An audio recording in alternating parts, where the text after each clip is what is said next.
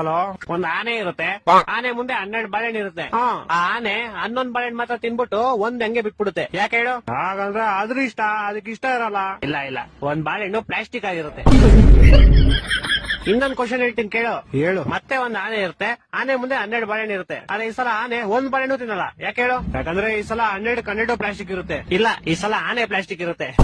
ಹೊಟ್ಟೆ ಎಷ್ಟು ಉರ್ಸ್ತಾವ್ರು. ಇನ್ನೊಂದ್ ಕ್ವಶನ್ ಹೇಳ್ತೀನಿ ಕೇಳು. ಹೇಳು. ಈ ಸಲ ಆನೆನೂ ರಿಯಲ್ ಇರುತ್ತೆ, 12 ಬಾಳೆಹಣ್ಣು ರಿಯಲ್ ಇರುತ್ತೆ. ಆದ್ರೂ ಆನೆ ಒಂದ್ ಬಾಳೆಹಣ್ಣು ತಿನ್ನಲ್ಲ. ಯಾಕೆ ಹೇಳು? ಯಾಕಂದ್ರೆ ಅದಕ್ಕೆ ಇಷ್ಟ ಇರಲ್ಲ. ಇಲ್ಲ ಇಲ್ಲ, ನಾನೇ ಹೇಳ.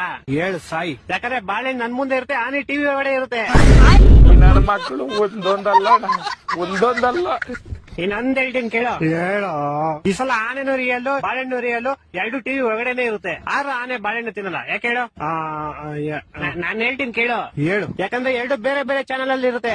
ಕರ್ನಾಟಕ ಜನತೆ ಈ ಲೋಪರ್ ನನ್ನ ಮಕ್ಕಳ ನೀವೇ ಕಲ್ಸ್ಬೇಕಪ್ಪ, ಬುದ್ಧಿ ನೀವೇ ಕಲ್ಸ್ಬೇಕು. ಅಚ್ಚ, ಇನ್ನೊಂದು ಫೈನಲ್ ಕೇಳಲಿ.